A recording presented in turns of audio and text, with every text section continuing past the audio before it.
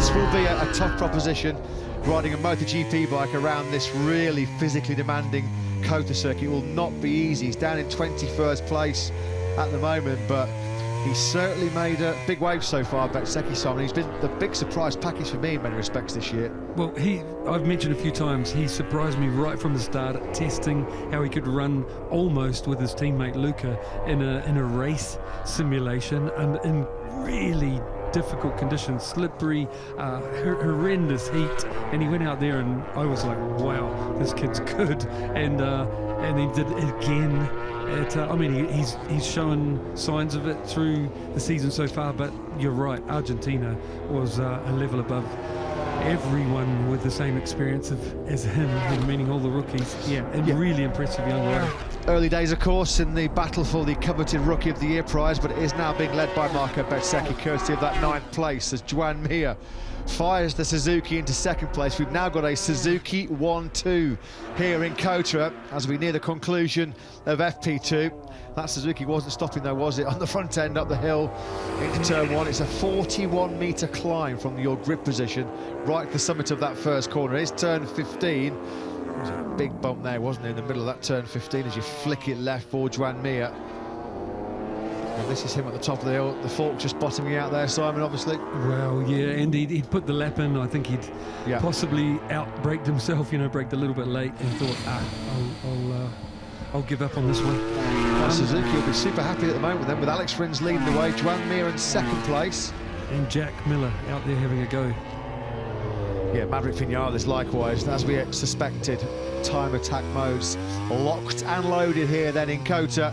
Brace yourselves, guys, this might be a pretty intense final 3 minutes here to complete our free practice Friday in MotoGP. It's been an excellent first 2 sectors then for the Aussie Jack Miller on the factory Ducati. He's up by a couple of tenths of a second. Marc Marquez, the undisputed king of Kota, race winner here just last October. He's just ahead of Jack Miller, actually, isn't he? This is Miller using Marquez as a good reference. I suppose Marquez owes Jack one after the toe that he got in Barcelona last year. A few times recently, yeah. What about Jorge Martin? You know that when he's got a soft tyre on the back of that Pramac Ducati, there's going to be fireworks with Martin. He goes up in 3rd place, a 2:03, 3:55. Marquez attacking hard then through turn number 19. Will stick with the 8 times world champion and Jack Miller directly behind him. Out of the final corner they come then now, turn 20. Marc Marquez and Jack Miller going to quickly exchange the fastest time of the weekend so far. Jack Miller goes down to a 2:02.789. Marquez briefly went up inside the top 2. He's 3rd, so it's Jack Miller then that leads the way with a 2:02.789. Maverick Vinales will be very, very close. Excellent work by the Spanish rider. He said he loved Kota. He said he's starting to get to grips with that factory. It could be a pretty potent combination here this weekend. That's exactly how it's proving. Vinales 4th. Maverick, I watch him from pit lane all the time, and you can tell when he's up for it or not. If it's not going well, he's got this blank look on his face, and it's not going to work. There's no point. And we saw him with his helmet on, ready for this last run. He was sweating, didn't even bother taking his helmet off, and he was fired up. So great to see him right up for it. Yeah, he's had an excellent day so far here in Austin as Johann Zarco gets the Pramac Ducati snaking on the brakes at the end of that 1,200-metre back straight. This is another good lap coming in here from the Frenchman as well. At the moment in 10th place for a provisional place in Q2. Of course, there'll be more drama and fireworks in tomorrow morning's 3rd free practice session, where it will be decided who will be going automatically into the 2nd qualifying session tomorrow afternoon. Zarco then attacking hard through 16, 17 and 18, just out of your pitch there on the right-hand side, the famous Kota observation tower. He's looking fantastic, so accurate, getting the bike turns, not wide anywhere. Really, really good. Out of the penultimate corner then Zarco comes now. He'll pitch it left here into turn 20. His fellow Frenchman Loris Baz had a pretty scary moment there a few years ago on the Avinci Ducati, didn't he? Zarco does indeed go top spot then. The perfect time to ride on board with the Frenchman in that final sector, because it was the best lap we've seen so far here on the opening day of the Red Bull Grand Prix of the Americas. Zarco leads with a 2:02.542. It's been an excellent couple of minutes for Ducati. Bastianini. Zarco leads, Miller 2nd, and now Enea Bastianini up into 3rd. So it's a Ducati lockout all of a sudden. 11 of the top 3. Rins nudged back down to 4th place. Marc Marquez in P5, just as he was at the end of play this morning in FP1. Vinales a superb 6th. Now then, the checkered flag has gone out. Fabio Quartararo, what can he do? Because he's just been nudged out of that top 10 down to 11th. There's no Hondas or KTMs, isn't there? Yeah, KTM have had a pretty bruising start to proceedings here so far here in Austin.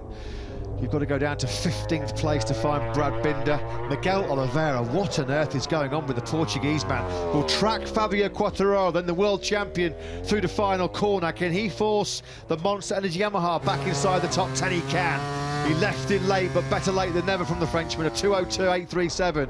Quartararo with a stunning final sector then. He goes up into P3. Miguel Oliveira has had an absolutely shocking opening day here in Austin. He was down in last place. There he is on the 88 bike, just ahead of Marc Marquez into turn 11. Miguel Oliveira at the moment, a 2:05.342. He's nearly 3 seconds away from that benchmark time set by Johann Zarco. Raul Fernandez, the rookie, also struggling. There's been a late crash here for the South African Darren Binder. That's down at turn number 11. Which he hasn't done much of for a rookie. No, he hasn't. No, that's to his credit as well, Darren Binder. Hey, I've got to throw something out. I saw there Quartararo not happy, you know, and he obviously had problems out there. Did you see when they first picked him up, his left boot, he was leaning right over on a right-hander, fast right, his left boot flicked up in the air, and that's normally them trying to get some weight out because they've lost the front. So he's had a scare front-wise, I think, during that lap that he posted.